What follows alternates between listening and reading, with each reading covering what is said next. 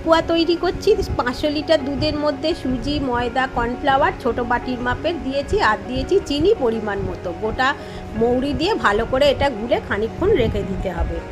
এবারে এটা গোলা হয়ে গিয়েছে, খানিকক্ষণ রেস্টে রেখে দিলাম। এবার তৈরি করতে হবে চিনির রস। জলের মধ্যে চিনি দিয়ে একটা গাঢ় রস তৈরি করতে হবে। এখানে দুধটা ক্ষীর করার জন্য বসিয়ে দিয়েছি। এবার চিনির রসে দিয়েছি আমি তেজপাতা আর ছোটো এলাচ, এটা একটু গাঢ় রস তৈরি হবে। এবার ক্ষীরের মধ্যে চিনি আর খোয়া ক্ষীর দিয়ে দিলাম, দিয়ে এটা ভালো করে একটা শুকনো ক্ষীর তৈরি করে নেব।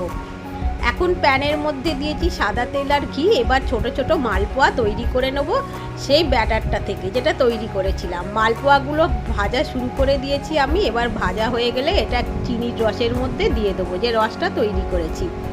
এবার খানিকক্ষণ পর রস থেকে এগুলো তুলে নিয়ে শুকনো ক্ষীরটা এর ওপর দিয়ে দেবো। এটা মুড়েও খেতে পারেন বা এরকম লুচির মতো ওপরে দিয়েও খাওয়া যায়।